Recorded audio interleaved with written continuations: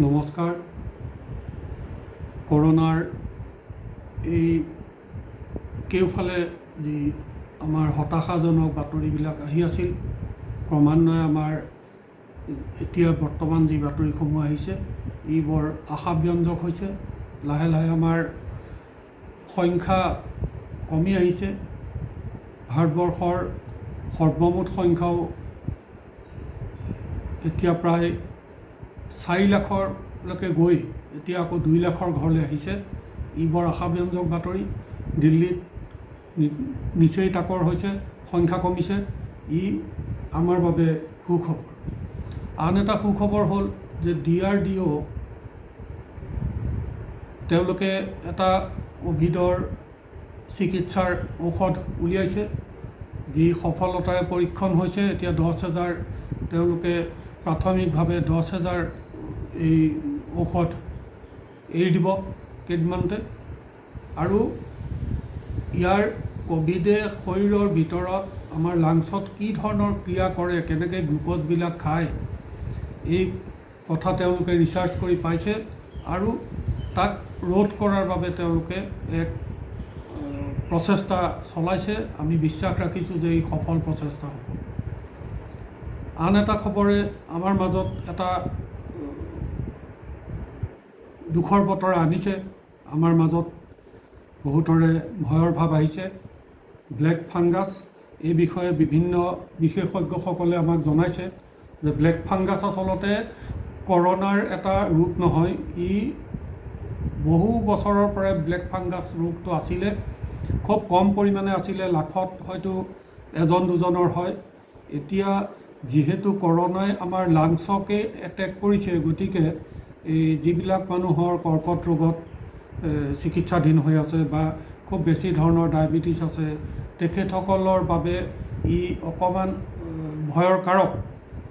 তাৰোপৰি এনে কিছুমান দৰৱ ব্যৱহাৰ কৰোনাত কৰা হয়তো ক'ৰবাত হৈছে, ষ্টেৰইড বুলি কৈছে, যিবিলাকৰো হয়তো একোটা কাৰক বুলি তেওঁলোকে মনতে অলপ সন্দেহ কৰি পেলাই ভাৱ প্ৰকাশ কৰিছে। এতিয়া আমি বেলেগ এটা কথালৈ আহোঁ, কাৰণ সকলো সময়তে আমি অকল নিগেটিভ কথাবিলাক আলোচনা কৰি আছোঁ। আমাৰ ৰাজ্যত এখন নতুন চৰকাৰ হৈছে। আমাৰ এই চৰকাৰখনৰ পৰা অসমৰ ৰাইজৰ অনেক আশা। 73-74% ভোট পল হৈ 40% ভোট লৈ এখন চৰকাৰ যদি হৈছে, এটা দলে 40%টো ভোট পাইছে, অৰ্থাৎ 40% ভোটাৰৰ যি ভোট দিছে তেখেতসকলৰ আস্থাৰ ফল। এই চৰকাৰখনে যি ধৰণে কামবিলাক হাতত লৈছে, আমাৰ মনলৈ এটা আশাৰ বতৰা আহিছে যে চৰকাৰখনে ভাল কাম কৰিব। ইতিমধ্যে চৰকাৰে যিবিলাক কৰ্মসূচী হাতত লৈছে, সেইসমূহৰ ভিতৰত বিশেষকৈ যোৱাকালি মুখ্যমন্ত্ৰী ডাঙৰীয়াই পুলিচৰ মুখ্যালয়লৈ গৈছিল। তেখেতে তাত কৈছে যে পুলিচৰ বিষয়টো তেখেতসকলৰ পষ্টিং, ট্ৰেন্সফাৰ ইত্যাদি কথাবিলাক MLA মন্ত্ৰী বা মোৰ বিষয় নহয়, এইটো মুখ্যালয়ে কৰিব, পুলিচৰ বিভাগীয় মুৰব্বীসকলে কৰিব। এইটো মন্ত্ৰী, MLA বা মুখ্যমন্ত্ৰীৰ কাম নহয়। মন্ত্ৰী MLA সকলৰ অনেক কাম আছে, সেই কামসমূহ কৰিব। ৰাজ্যৰ উন্নয়নৰ স্বাৰ্থত, নিজৰ সমষ্টিৰ উন্নয়নৰ স্বাৰ্থত কাম কৰিব। ই এটা অতি যোগাত্মক বিষয় বুলি মই ভাবিছোঁ। আৰু এটা মনতে আশাও কৰি আছিলোঁ যে এইবাৰ চৰকাৰখন অকণমান সুকীয়া ধৰণৰ চৰকাৰ হ'ব। কোনো দলৰ সৈতে পোনপটীয়া সম্পৰ্ক নাথাকিলেও আমি প্ৰত্যেকজন মানুহেই ৰাজনৈতিকভাৱে সচেতন হোৱা দৰকাৰ। কাৰণ ৰজা যিয়েই নহওক, তেওঁ চৰকাৰ যাৰেই নহওক, তেওঁ আমাৰ চৰকাৰ। ভোট আমি কাক দিছিলোঁ সেইটো ইম্পৰ্টেণ্ট কথা নহয়। কথাটো হৈছে যে ৰাজ্যখন চলাই থাকিবৰ বাবে যি দলৰে চৰকাৰ নহওক লাগিলে, সেই চৰকাৰখন ৰাইজৰ চৰকাৰ। গতিকে প্ৰত্যেকজন ৰাইজেই এই বিষয়বিলাকৰ প্ৰতি অলপ সচেতন হোৱা দৰকাৰ। কালি শিক্ষামন্ত্ৰীয়ে এটা কথা কৈছে যে 1 লাখ নিযুক্তিৰ ভিতৰত সৰহসংখ্যক নিযুক্তি শিক্ষা বিভাগতে হ'ব। আমি দেখি আছোঁ যে বহুত বছৰৰ পৰা বিভিন্ন বিভাগত মানুহ অৱসৰ লৈ আছে। এতিয়া আমাৰ বয়সৰ সকলো মানুহ মোটামুটি বেছিভাগেই, আগৰ দিনত তেনেকুৱা বাৰ্থ চাৰ্টিফিকেট নাছিল, গতিকে বেছিভাগেই এতিয়া অৱসৰ লৈছে। বেছিভাগেই মানে প্ৰায় গোটেইখিনিয়ে লৈছে বুলি ক'ব লাগিব। কিন্তু এই যে পদবীবিলাক খালী হৈ আছে, এই খালী হোৱা পদবীবিলাক চৰকাৰে পূৰণ কৰিব লাগিব। অৰ্থাৎ ওপৰৰ পৰ্যায়ত খালী হৈছে, তলৰ পৰ্যায়ৰ পৰা ভৰ্তি কৰি যাব লাগিব। এই কামটো কৰিবলৈ যাওঁতে আমি দেখিছোঁ, আগতে দেখি আহিছোঁ যে বিভিন্ন সময়ত কাৰোবাক ক'ব লাগিব, কাৰোবাক কিবা দিব লাগিব, মাজত কোনোবা মিডলমেন থাকিব, তেওঁলোকৰ যোগেদি যোগাযোগ কৰিব লাগিব, ইত্যাদি কথাবিলাক আমাৰ আগৰ পৰা আছিলে। আৰু এইটো বিশেষকৈ মই ভাবোঁ যে আমি অসম আন্দোলনৰ এজন সৈনিক হিচাপে তেতিয়াৰ পৰা আমি এখন আঞ্চলিক দলৰ চৰকাৰ হৈছিলে, আমি ভাল পাইছিলোঁ। কিন্তু চৰকাৰখন হোৱাৰ পিছত আমি যিটো পদ্ধতিৰে নিয়োগবিলাক হ'ল, সেইটো আমাৰ আচলতে মনঃপূত নহ'ল।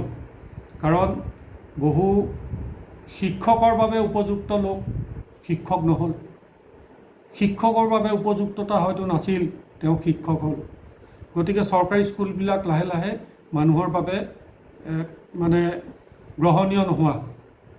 শিক্ষকৰ ল'ৰা ছোৱালী, আমাৰ যি শিক্ষকসকল আছিলে, আমাক পঢ়াইছিলে, তেখেতসকলৰ ল'ৰা ছোৱালীবিলাক আমাৰ লগতে পঢ়িছিলে। বয়সত যাৰ মিলি গৈছিলে তেওঁলোকে আমাৰ বিদ্যালয়তে পঢ়িছিলে। এতিয়া শিক্ষকৰ ল'ৰা ছোৱালী নিজৰ বিদ্যালয়ত নপঢ়ে। অৰ্থাৎ শিক্ষকজনৰ নিজৰ এই মনত এটা বিশ্বাস থাকিব লাগিব যে মই পঢ়োৱা স্কুলখন আটাইতকৈ ভাল স্কুল। এই যি বিশ্বাসটো থাকে, তেতিয়াহে আমি সেই বিদ্যালয়খনৰ পৰা এটা সুন্দৰ ফলাফল আশা কৰিব পাৰোঁ। এই ব্যৱস্থাটো অকণমান চিন্তনীয় বিষয়, এইটো চিন্তা কৰিব লাগে চৰকাৰেও, যে আমি কেৱল কাৰোবাক সংস্থাপন দিয়াৰ বাবেই চাকৰি দিছোঁ নে তেওঁলোকক সেৱাৰ বাবে চাকৰি দিছোঁ।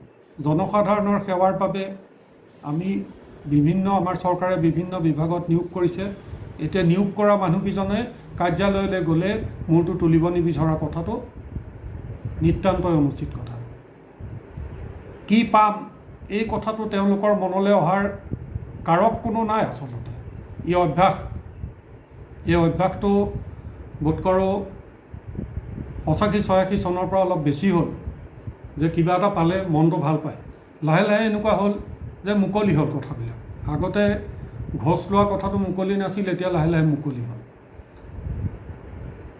কোনোবা এজন বিষয়াক আমি বেয়া পাইছোঁ, মোৰ যদি পলিটিকেল কিবা ভাল দীঘল হাত বুলি কয় যে, তেনেকুৱা যদি আছে, তেতিয়াহ'লে মোৰ যদি কাৰোবাৰ লগত মনোমালিন্য হৈছে, তেতিয়াহ'লে তেখেত নিশ্চিত থাকিব পাৰে যে তেখেতৰ দূৰ দূৰণিলৈ ক'ৰবালৈ বদলি হৈ যাব।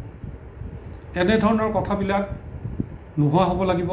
তেতিয়াহে আমি এখন সবল সমাজ হোৱাটো সম্ভৱ কথা।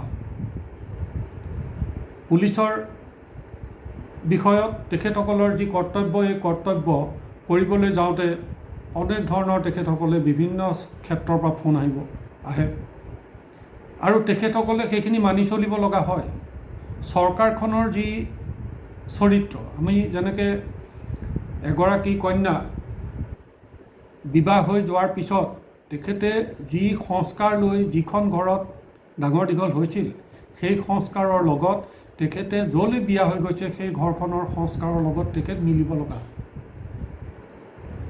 এই যে মিলিব লগা হয়, যোনে ভালদৰে মিলিব পাৰে এখন সুখৰ সংসাৰ হয়। অৰ্থাৎ ক'ব খোজা কথাটো হৈছে যে আমি আমাৰ যিটো দায়িত্ব, এই দায়িত্বটোৰ প্ৰতি আমি তেতিয়াই আমাৰ দায়িত্বটোৰ প্ৰতি আমাৰ যি কৰ্তব্যৰ প্ৰতি যি ধাৰণা থাকিব, এই ধাৰণাটো গঢ় ল'ব আমি ক'ত কাম কৰি আছোঁ তাৰ ওপৰত। এজন মানুহক আমি ভাল বা বেয়া বুলি যি স্বীকৃতি দিছোঁ বা আমি যি তেখেতৰ সদনাম বদনাম কৰিছোঁ, এই মানুহজনে কাম কৰি থকা অৱস্থাত কেনে জেগাত কাম কৰি আছে তাৰ ওপৰত তেখেতৰ চৰিত্ৰৰ কথা আমি যিবিলাক আলোচনা কৰোঁ সঘনে, সেই গোটেই কথাবিলাক নিৰ্ভৰ কৰিব। আমি আচলতে যি পৰিৱেশত কাম কৰিব লগা হয়, প্ৰধান কাম হ'ল আমাৰ উপাৰ্জন কৰা। উপাৰ্জন কৰিবলৈ যাওঁতে যি পৰিৱেশত আমি উপাৰ্জনত নিজৰ আত্মনিয়োগ কৰিম, সেই পৰিৱেশটো যদি বেয়া হয় তেতিয়াহ'লে মোৰ কেৰেক্টাৰটো বেয়া হ'ব। কাৰণ মই যদি পইচা নল'লে একো কাম কৰি নিদিওঁ বুলি মোৰ যি পৰিৱেশত কাম কৰি আছোঁ তাত যদি মই সেইটোৱেই দেখিছোঁ, তেতিয়াহ'লে ময়ো পইচা নল'লে কৰি নিদিওঁ। এই যি অভ্যাস গঢ় লৈ উঠে, এই অভ্যাসটো ঠিক কৰিবৰ বাবে ওপৰৰ পৰা ঠিক হ'ব লাগিব। আমি দেখিছোঁ যে যোৱা 70 বছৰত যিসকল নেতাই নেতৃত্ব দি আহিছে, মন্ত্ৰীসকল, বিধায়কসকল, তেখেতসকলৰ অসীম শক্তি, চৰকাৰৰ যিসকল একে দলৰ বিধায়ক থাকে, মন্ত্ৰীসকল, তেখেতসকলে যিকোনো এজন মানুহক তৎকালীনভাৱে বদলি কৰিব পাৰে। তেওঁ বেয়া পালেই বদলি কৰি দিব। অৰ্থাৎ তেওঁ যি ধৰণে বিচাৰে সেই ধৰণে সেই মানুহজনে কাম কৰিব লাগিব। গতিকে যি কাম কৰে, মই যদি তেওঁৰ তলত কাম কৰোঁ, মোৰ চৰিত্ৰটো তেওঁৰ যি চৰিত্ৰ তাকেই প্ৰস্ফুটিত হ'ব। মোৰ কৰ্মৰ মাজত তেওঁৰ চৰিত্ৰটোহে প্ৰকাশ পাব। পুলিচ বিভাগটো তেনেকুৱা আছিল, এতিয়ালৈকে আছে। কিন্তু কালি মুখ্যমন্ত্ৰী মহোদয়ে যিটো কথা কৈছে, এই কথাটোত মই নিজৰ মনৰ মাজতে বিশ্লেষণ কৰি এটা কথা ভাবিছোঁ যে পুলিচ প্ৰশাসনত কিছু সংস্কাৰ এতিয়া হয়তো হ'ব। প্ৰথম দায়িত্ব লৈ চৰকাৰে যি ধৰণে কামবিলাক বিতৰণ কৰিছে, যে এটা মৰ্চা চৰকাৰত সকলোৰে প্ৰতি সম গুৰুত্ব দিয়াটো চৰকাৰখনৰ কাম। আমি দেখিছোঁ যে সাপ্তাহিক যি কেবিনেট মিটিং হৈছে, সেই কেবিনেট মিটিঙৰ বিষয়ে এগৰাকী বিজেপিৰ পৰা হোৱা মন্ত্ৰীয়ে কথাখিনি কৈছে, এগৰাকী AGPৰ পৰা হোৱা মন্ত্ৰীয়ে কথাখিনি কৈছে। বিভিন্ন জিলাৰ দায়িত্বখনৰ বিষয়ে তন্নকৈ সকলো বিষয় পৰীক্ষা কৰিবৰ বাবে, ক'ভিডৰ ওপৰত কি পৰিস্থিতি হৈছে জানিবৰ বাবে দায়িত্ব দিছে। তো দুখন জিলা বা এখন জিলা ভাগ কৰি পেলাই সকলোকে দায়িত্ব দিছে। কোনো ৰাজ্যমন্ত্ৰী নাই, সকলো কেবিনেট মন্ত্ৰী। আচৰিত কথা, প্ৰথমবাৰ মন্ত্ৰী হৈছে কিন্তু কেবিনেট মন্ত্ৰী হৈছে। আচলতে এই খিতাপবিলাক হয়তো নতুন চৰকাৰে ভাবিছে যে খিতাপবিলাক এনেধৰণে বঢ়াই শেহত ৰাজ্যমন্ত্ৰীও দি পেলাই মই 19জন মানুহক দি দিলোঁ, এতিয়া মই আৰু 2জন মানুহক সংস্থাপন দিব লাগে, গতিকে সংসদীয় সচিব। কাম কি তেওঁ নাজানে, চৰকাৰ নাজানে। সংসদীয় সচিবজনৰ কাম কি হ'ব পাৰে, তেওঁৰ দায়িত্ব কি? তেওঁক মুঠতে এটা মৰ্যাদা দিছে, কিবা এটা ৰেংক দিছে, ৰাজ্যমন্ত্ৰীৰ ৰেংক, ক'ৰবাত যদি দৰকাৰ হৈছে কেবিনেট ৰেংক। কিন্তু তেওঁক দিছে, তেওঁ কি কামৰ বাবে উপযুক্ত বা কি কাম কৰিবলৈ তেওঁক দায়বদ্ধ বা চৰকাৰৰ কোনটো ফাইলত তেওঁ চহী কৰিব পাৰিব, সেইটো চৰকাৰেও নাজানে, বিভাগেও নাজানে, তেওঁ। এনেধৰণে কাম হোৱাতকৈ 10জন মন্ত্ৰীয়ে বা 12জন মন্ত্ৰীয়ে বা 14জন মন্ত্ৰীয়ে যদি প্ৰত্যেকেই কেবিনেট হয়, সকলোৱে মিলি আমি এটা সিদ্ধান্ত লৈছোঁ, ই অতি উত্তম চিন্তা হৈছে মোৰ দৃষ্টিত। আন এটা কথা হ'ল যে আমি 5 বছৰ সময় বৰ কম সময় নহয়। 5 বছৰ সময়ত চৰকাৰ এখনে কৰিব পৰা বহুত কাম থাকে। কিয় নহয়? তাৰ মূল কাৰণ আজি যে ঘোষণা কৰিলে, এই ঘোষণাটো কাৰ্যকৰী কেতিয়া হ'ব মন্ত্ৰীজনে পাৰ হৈ যায়। পইচা পাতি হাতত নাছিল, কি কৰিম ভাবি থকা অৱস্থাতেই ছোৱালীৰ বিয়াখন ঠিক হ'ল, বোলে জানুৱাৰীৰ 20 তাৰিখে বিয়া। এতিয়া যে বিয়াখন মোৰ 20 তাৰিখে ঠিক হ'ল, উলহ মালহেৰে বিয়াখন হৈ গ'ল, মোৰ সামৰ্থ্যৰ ভিতৰত বিয়াখন হৈ গ'ল। এই যদি 20 তাৰিখটো মোৰ বন্দবস্ত নহ'লহেঁতেন, তেতিয়াহ'লে বিয়াখন হয়তো কেতিয়া হ'লহেঁতেন মই আজিও ক'ব নোৱাৰোঁ। এই যে নিৰ্ধাৰিত কৰা ব্যৱস্থাটো কৰিছে চৰকাৰে, ই এটা অতি উত্তম কাম কৰিছে। চৰকাৰক আমাৰ তেল মৰাৰ কথা নাই। আমি চৰকাৰৰ প্ৰতিটো কাম প্ৰত্যেকজন সচেতন ব্যক্তিয়ে লক্ষ্য ৰাখিব লাগিব আৰু চৰকাৰক উনুকিয়াই থাকিব লাগিব যে এই কামটো কৰিব লাগিছিলে। এই কামটো কৰিব লাগিছিলে। আমি উনুকিয়াবলৈ আজিকালি চৰকাৰে বহুত ৰাস্তা খুলি দিছে, কাকো ফোন কৰিবও নালাগে, দিছপুৰলৈ যাবও নালাগে, চাৰ্কিট হাউচতো লগ কৰি আহিব নালাগে, ফটো এখনো তুলিবলৈ ইমান বৰ বেছি দৰকাৰ নহ'ব। কাৰণ যদি মন্ত্ৰী বিধায়কসকলে যদি ট্ৰেন্সফাৰ পষ্টিং জাতীয় একো কাম ঠিকাদাৰী একো দিব যদি নোৱাৰে, কাকো কোনো মন্ত্ৰীয়ে যদি কাকো পষ্টিং দিবলৈ চিফাৰিছ কৰিব নোৱাৰে, MLA যদি নোৱাৰে, তেতিয়াহ'লে আমাৰ বহুত কাম কমি যাব। আমি এই ফটো চটো তুলি আৰু বিশেষ লাভ নহ'ব তেওঁলোকৰ লগত। আমি তেওঁলোকৰ ফটো টিভিতে চাম আৰু তেওঁলোকে কি কাম কৰিব লগা আছে, আমাৰ যদি দৃষ্টিত কিবা পৰিছে সেইখিনি আমি ক'বলৈ চেষ্টা কৰিম। ক'বলৈ ঢেৰ উপায় দি দিছে চৰকাৰে। চৰকাৰৰ প্ৰতিটো কামেই বিভিন্ন সামাজিক মাধ্যমত দিছে। আজিকালি চৰকাৰৰ অৰ্ডাৰবিলাক টুইটাৰত বা ফেচবুকত বা ক'ৰবাত নহয় ক'ৰবাত দি দিছে। আমি আচৰিত হওঁ যে এই কাইলৈৰ পৰা কি নিয়ম পালন কৰিব লাগিব SOPখন। কোনোবা এজন এনে মানুহে মোলৈ হোৱাটছআপ কৰি দিছে যে যিজনৰ কোনো ৰাজনীতিৰ লগত সম্পৰ্কই নাই। যোৰহাটতনো কি পৰিস্থিতি হৈ আছে, কালি কিমানজন ক'ভিড ৰোগী ওলাল, এই কথাটো জানিবলৈ মই ডেপুটি কমিশ্যনাৰ যোৰহাটৰ টুইটাৰ হেণ্ডেলত পালোঁ। গতিকে দৈনিক চাওঁ, মোক লগা বাতৰিখিনি মই দৈনিক পাই আছোঁ। গতিকে বাতৰি কাকতবিলাকেও এটা কথা চিন্তা কৰিব লাগিব যে তেওঁলোকো যোগাত্মক চিন্তালৈ আহিব লাগিব। তেওঁলোকে এনে এটা দিন হয়তো গ'ল তেওঁলোকৰো যে ময়ো অকণমান কম বেছি পৰিমাণে সংবাদ মাধ্যমৰ লগত এসময়ত জড়িত আছিলোঁ, কম বেছিকৈ অকণমানকৈ আছিলোঁ, আৰু তেতিয়া তেনেকুৱা নাছিলে কথাটো। এতিয়া কথাটো হ'ল কি যে এটা মাজৰ পিৰিয়ডটোত এনেকুৱা হ'ল যে মই যদি কোনোবা X নামৰ মানুহজনৰ বিষয়ে ভালকৈ লিখি দিব পাৰোঁ, তেতিয়াহ'লে মোৰো দুপইচা উপাৰ্জন হয়, তেখেতৰো এটা লাহে লাহে গৈ লিখোঁতে তেখেতৰো সেইটো এটা ষ্টেটাছ চিম্বলৰ নিচিনা হ'ল যে তেখেতৰ বিষয়ে কিমানবাৰ পেপাৰ ওলাইছে, তেখেতে কিমান টকা ক'ত কি কৰিলে, কি দুৰ্নীতি কৰিলে, এইটো তেখেতৰ হয়তো এটা সময়ত ষ্টেটাছ চিম্বল হ'ল। মুম্বাইত ভায়ে কাক ফোন কৰে, ভাইয়া ফোন কিয়া হে, কিমান মানুহক মুম্বাইত ফোন কৰে, সেইটো এসময়ত ষ্টেটাছ চিম্বল আছিলে যে তেওঁ ভায়ে ফোন কৰে। অৰ্থাৎ তেওঁৰ পৰা পইচা পাতি বিচাৰে, কিবা বিচাৰে, তেওঁৰ পৰা কিবা আদায় কৰে, অমুক ভায়ে তেওঁলৈ ফোন কৰে, এইটো এটা ষ্টেটাছ চিম্বলো হৈছিল। এনেকুৱা হ'ব নালাগে আচলতে। চৰকাৰখন সুচাৰুৰূপে চলিব লাগিব। মাননীয় মুখ্যমন্ত্ৰী ডাঙৰীয়াই যিদৰে কৈছে, যিদৰে আশ্বাসন দিছে যে DC SP সকলো একেই, মোৰ বাবে সকলোৱে DC, সকলোৱে SP, তেওঁলোকক কাম কৰিবলৈ সুযোগ দিব লাগিব। তেওঁলোকে কাম কৰাৰ বাবে IAS হৈ এটা কম্পিটেটিভ এটা এক্সামিনেশ্যন সৰ্বভাৰতীয় দি আহি পেলাই তেখেতৰ মতে যদি একো কামেই কৰিবলৈ নাপায়, তেতিয়াহ'লে তেখেতৰ যি প্ৰতিভা আছে এই প্ৰতিভা বিকাশ নহ'ব, আৰু তেখেতৰ পৰা দেশে পাব পৰা যি সেৱা সেই সেৱা সম্পূৰ্ণ নহ'ব। গতিকে ই বৰ দৰকাৰী কথা। চৰকাৰখনে এনেকৈ কাম কৰি যাওক। চৰকাৰখনে কৰিব লগা এটা কামৰ কথা আমি বাৰম্বাৰ কৈ আছোঁ, আমি ছ'চিয়েল মিডিয়াতো লিখিছোঁ, চৰকাৰলৈ লিখিছোঁ যে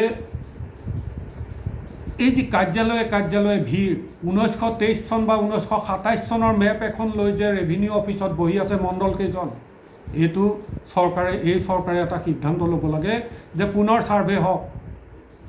তেতিয়াৰ দিনত এতিয়া যিটো এটা 50 ফুট 60 ফুটৰ ৰাস্তা আছে, সেই ৰাস্তাটোত সেই মেপখনত 4টা ৰাস্তা হৈ আছে। দাগবিলাক অজস্ৰ ডাঙৰ দাগ হৈ আছে, যিবিলাক দাগৰ মাটি এতিয়া ফালি দিলে তাৰ পৰা পতা হৈ গৈছে, গতিকে মেপ হৈ থকা নাই সেইখন। 1923 চনত বা 1927 চনত ব্ৰিটিছে যে ছাৰ্ভে কৰিব পাৰিছিলে, আমাৰ এই প্ৰকাণ্ড বিভাগটোৱে কিয় কৰিব নোৱাৰে? আমাৰ পৰিকল্পিত মেপ প্ৰতি জিলাই বা প্ৰতি নগৰে কিয় নাই? এই চৰকাৰে এই কথাবিলাক চিন্তা কৰিব লাগে। কৃষিভূমি কোনখিনি, এইটো প্ৰতিখন চহৰৰ কাষৰীয়া অঞ্চলত হোৰ্ডিং লগাব লাগে যে এইখন মেপ, ইয়াত গ্ৰীণ এৰিয়া যিখিনি আছে এইখিনি কৃষিভূমি। অৰ্থাৎ এই কৃষিভূমি ক্ৰয় বিক্ৰয় হ'লে ইয়াক কনভাৰ্ট কৰিব পৰা নাযাব। এই কথাটো কিনোতাসকলে জানিব, এইটো হোৰ্ডিং লগাই দিব পাৰে। চৰকাৰে বহুত কাম ডিজিটেল কৰিব পাৰে।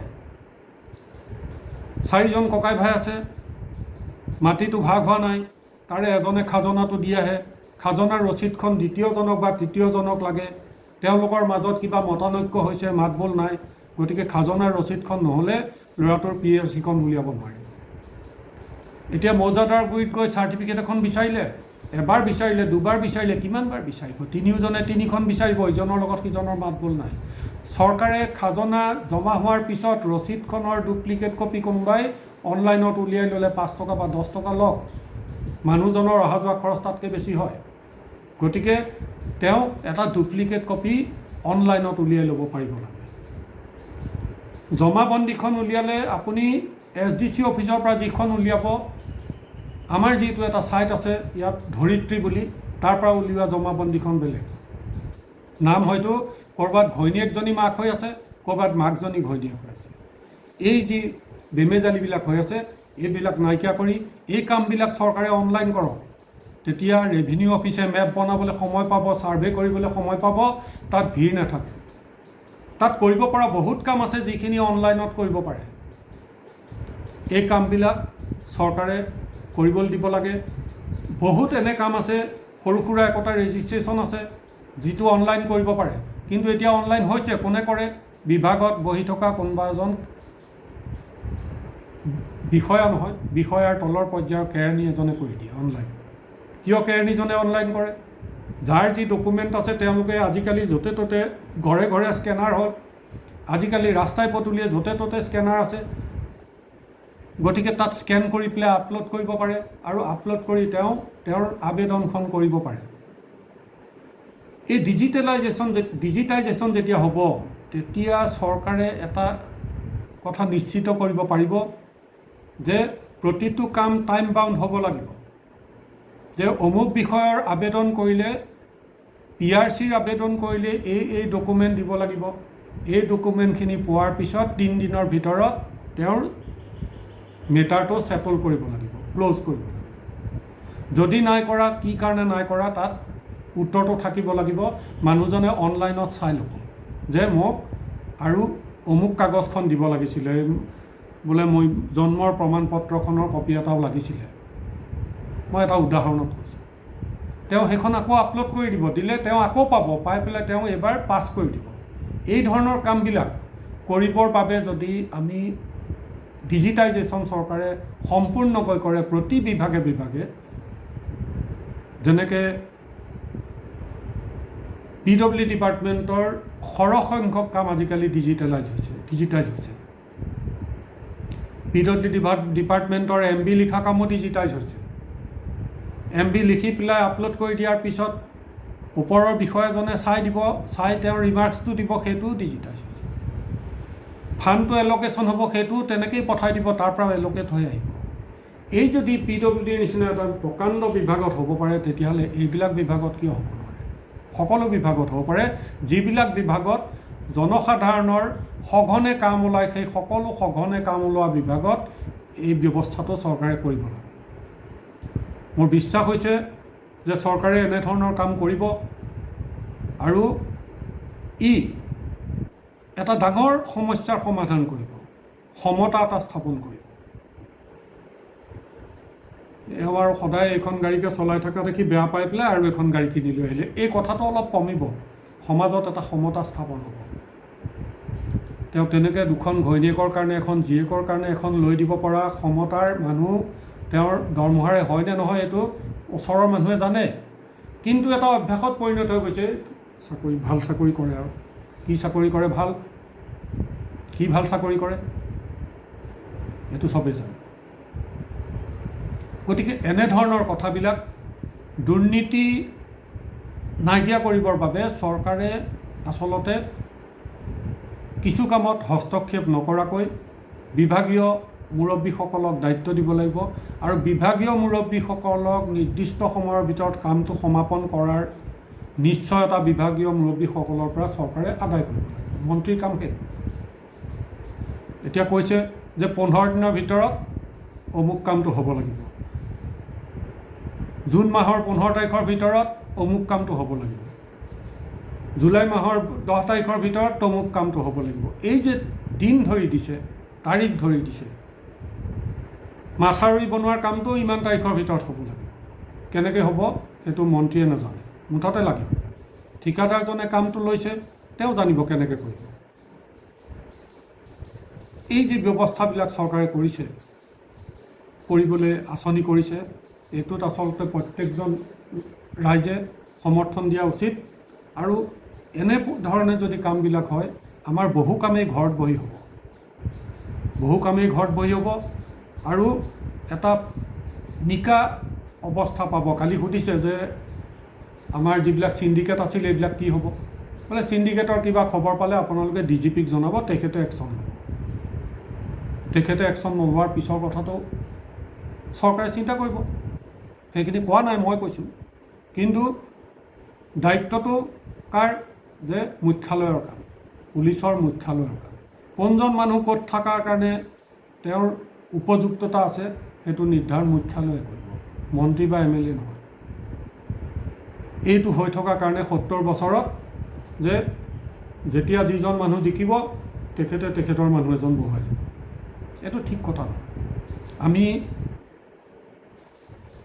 চৰকাৰৰ এটা যি আকাংক্ষা দেখিছোঁ যে 5 বছৰৰ ভিতৰত চৰকাৰে অসমৰ 5খন উন্নত ৰাজ্যৰ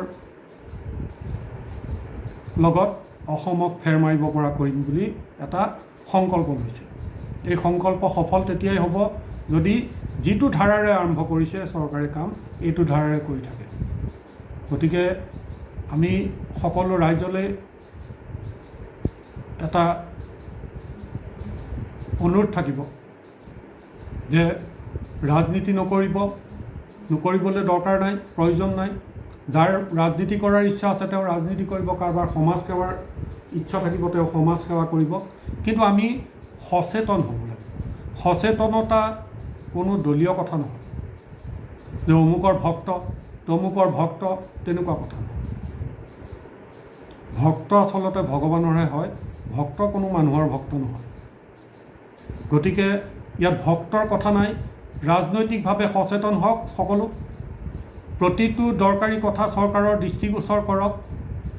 আপুনি কোনোবাই যদি মই যদি ভোট এই চৰকাৰক দিয়া নাছিলোঁ, এই দলক দিয়া নাছিলোঁ, তথাপিও মই কমেই যে চৰকাৰে এই কামটো কৰিব লাগে।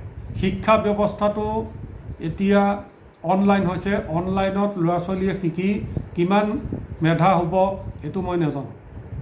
গতিকে ইয়াৰ কি উপায় আছে, এই উপায়ৰ বিষয়েও আমি সকলোৱে যদি ভাল কিবা চিন্তা কৰি পাওঁ, আমি চৰকাৰক অৱগত কৰিব লাগিব। চৰকাৰত থকা মানুহকেইজনেই গোটেই চিন্তাখিনি যে কৰিব পাৰিব এনেকুৱা কথা নহয়। প্ৰত্যেকৰে মনত কিবা ভাল চিন্তা আহিব পাৰে, এই চিন্তাখিনি আমি কনভে কৰিব লাগিব। চৰকাৰে বিবেচনা কৰিব যে এইটো ভাল চিন্তা কৰিছে নেকি। চৰকাৰে সেই বিষয়ববীয়াসকলৰ লগত আলোচনা কৰিব যে এইটো চিন্তাটো ভাল হ'ব নেকি। কাৰণ আমাৰ ভৱিষ্যত প্ৰজন্মক আমি শিক্ষা দীক্ষাৰে গঢ়ি তুলিব লাগিব, নহ'লে এটা সময়ত গৈ ভেকাম হ'ব, শূন্যতা আহিব যে IAS ওলাই আছে, ICS ওলাই আছে, IAS IPS ওলাই আছে, ACS ওলাই আছে।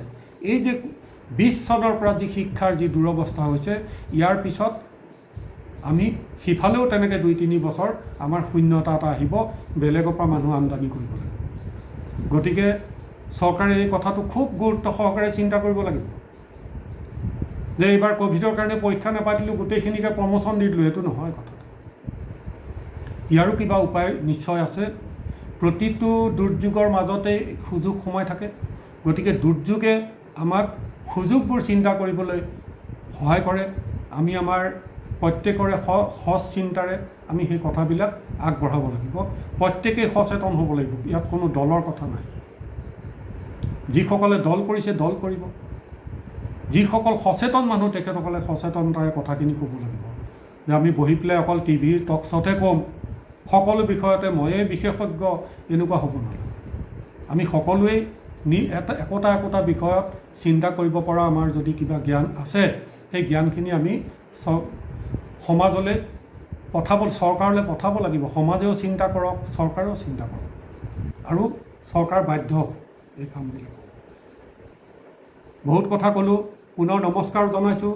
সকলোৱে সুখেৰে থাকক, সকলোৱে সুস্থ থাকক, মাস্ক পৰিধান কৰক, চেনিটাইজ লগালে 20 ছেকেণ্ড লগাব, বাহিৰলৈ ওলাই গ'লে মাস্কত হাত নিদিব, ঘৰলৈ আহিহে হাতত চেনিটাইজ কৰি বা হাত হেণ্ড ৱাছ বা চাবোন দি ধুইহে আপোনালোকে মুখত হাত দিব।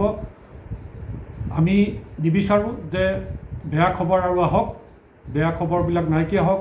আমি সকলোৱে কৰ্মত আগবাঢ়িব লাগে।